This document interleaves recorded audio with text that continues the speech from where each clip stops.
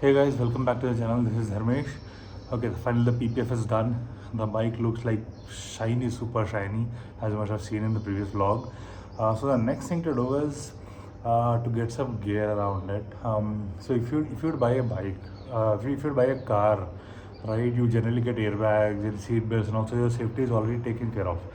But when you're buying a bike, you need to make sure that you have all the safety gear that you need if you're going out on long rides, and specifically for bikes that are more than 300 cc, right, which have really a lot of power in them, a lot of torque that just pulls you, right, and you can feel the power in the chest. These kind of bikes really need gear because when you fall, you just kind to get bruised a lot and also probably might break something, right?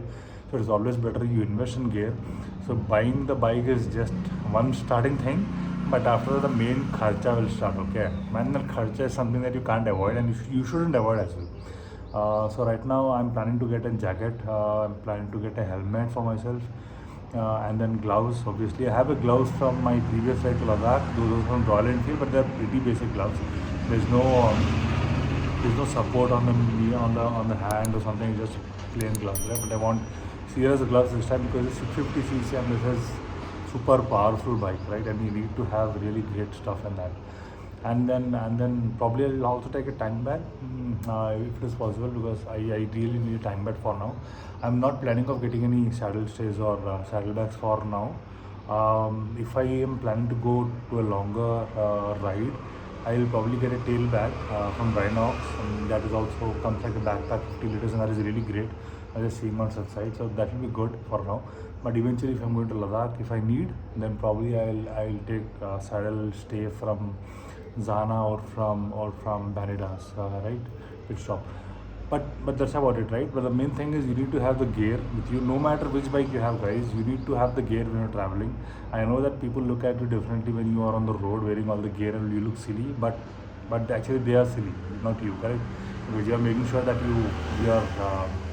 You're very safe on the road. Even if you fall, nothing happens. So I met with an accident a month ago, close to month and a half, 40 days I believe, wherein I bruised my hand pretty bad, my right side of the body, correct, my right hand, my right leg, and my hip and all. And you won't believe, I got bruised at the exact point where you find those armors in those jackets or the pants or the gloves, right? Wherever the armors are present, that's the exact place that I got bruised. Like for example, yeah, I think you can see here. This is kind of healed right now, but there is a really deep cut. And when in the gloves, you get a lot of padding over this area, right? And then my hand over here, this thing, whole thing got bruised. So it got healed, but again, you again have pads over there as well. So they have designed those jackets based on science and how you fall basically, correct? If I would have had those jackets, I think I would not have had this much of an issue bruising myself. But again, it happens, man. I was just in the. I know that you can't wear your security gear, even as a safety gear, even in the locals when you're going to, you're just nearby, right, 5 kilometers something. But again, life is unfortunate, and you need to make sure that you keep yourself safe. You try to invest more. So when I went to Ladakh last time, the one thing that I noticed was that most people who rented out the bikes over there, no one got their gear, man. They didn't buy. They're saying it's just a one-time thing. Why do you want to invest and all that? But the point is, the one-time thing, and something happens in that one-time thing. Who would be responsible for that, right? If you'd have had the gear, I think you would be safer and you would at least. Going back home without any damages, correct? And you don't need to purchase gear like Climb or like really expensive stuff like Alpine Stars and all that. Not required. When you have Rynox basic gears, you have a lot of gears from Royal Enfield itself. Buy really basic gears, that's more than enough. You don't have to go to fancy stuff because we are not the people who do speeds more than 100 or 120 on highways. I don't think I'll be doing that, and that's not safe. Please follow the road speed limits. Enjoy your bike, even though it's a 1000 cc vehicle. You need to make sure you are within the speed limit. Acceleration is good enough, but don't cross that speed limit and go 200, 300, which is going on nowadays on YouTube, and people are losing their lives for nothing, just for a few views, right? Don't do that, right? These bikes are not meant for that. They're not meant for that. They're meant for basically if you're cruising on a speed at 100, 120, you'll be very comfortable in these bikes because the acceleration is so good that you don't have to put a lot of stress when driving. But if you go to a 150cc bike, you know that after 60-70 it loses steam, correct? And you're literally pushing it hard to do that, and you have a lot of vibrations. You take a lot of toll on your body for that, so you don't need that, correct? So that's the reason these bikes come in there. 100, 120, smooth drive. Don't go more than 150, 160, 200. It's not at all safe, not recommended. Someone is waiting for you back at home, so just make sure that you're taking this point and buy responsible gear and be a responsible rider whenever you go out. So I'll head out. I'll not vlog in the shop or something. I'm not interested that much in that because I have decided what I want. I just want to go and pick that up from the shop and get back home. And once I'm back home, I'll show you what I got. Okay? I'll see you once I'm back home. Bye. So this is the Mota Kharcha I was talking to you about. So this what you see over here is totally worth close to 23,000 rupees, and it is still not a complete gear. Okay, I'll just tell you what I have bought in detail, so that you would know that what is primarily required. As I mentioned that even though you're buying a bike, you need to make sure that you're super safe on it. Without all this, riding your bike it doesn't make any sense, right? Because you're taking the next level risk for riding such huge high capacity multi-cylinder bikes. Okay, so the first thing would be the helmet. This is really very important, right? So I got an LS2 helmet, LS2 Storm. So this cost me close to 10,700 rupees, right? I'll just show you. So this is in full black. So the main theme of my whole ride and ride gear, everything is that my bike is full black. Okay, the Black Ray, the Night Fury. So whole of my gear is also pure black. So this is matte black in color. I'll just open and show it to you. And then I got this Rynox tank bag. So this is a magnetic bag. So I tried to see if there is any replacement for the fuel cap so that I can put in ring bag, but I couldn't find that. So in the meantime I got this. So I got this for around 3,575 rupees exactly. Then the Rynox gloves. These are really important to drive because, as I told, I just met in an accident, and you see here it got hurt pretty bad. And if I would have worn these gloves, I think I would have been safe. And apart from that, so this is close to 3,500. This is the Tornado 3 Pro gloves, and then this is the balaclava. So this cost me around 600 rupees that I wear under the helmet. I generally have the habit of wearing, so I got a new one anyways. And this is my new jacket from Rynox. This is the Cypher jacket in black. It looks awesome. It's a basic mesh jacket, but I think that will do for me right now. So that's about the basic guy. So this total whole thing costed around 23,500 or something around that, right? So that jacket costed me close to 5,000 rupees. Okay, so that's about the prices and all. So let's just open one by one. Just show you. So this has a capacity of close to 28 liters, and it is pretty big. If you can see, it is pretty big. And I wanted a pretty big one because a smaller one doesn't accommodate much. This will have more space on. So let me see how much of space that this can accommodate, right?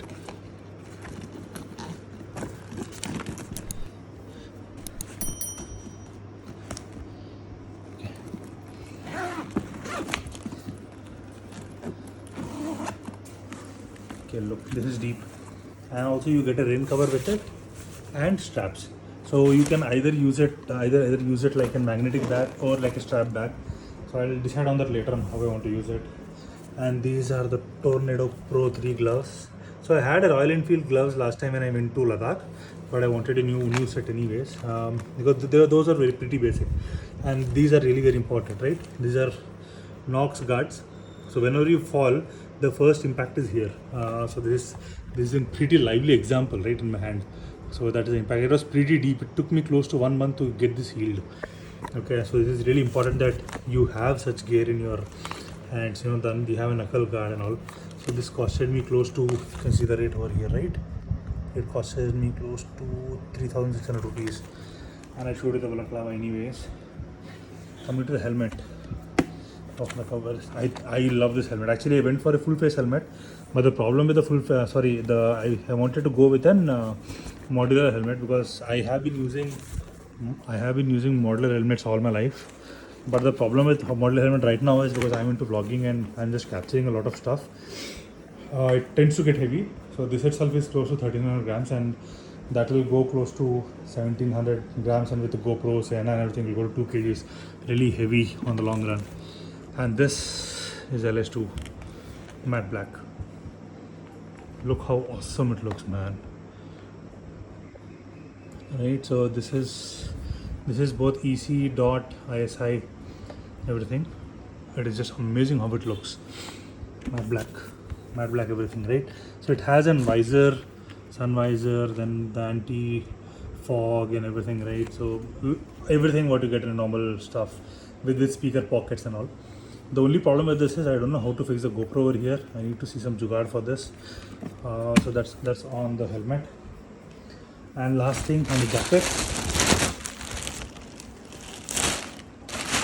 So I didn't want it to go full professional on the jacket because even the basic jackets would give you the protection that you need. Because right now I'm just planning to do very smaller rides, 300-500 kilometers, and this should be good enough. So this is basically a mesh jacket. If you can see, pure mesh with just foam armor everywhere. You have the knuckle guards. Sorry, you have the arm guards over here, shoulder guard.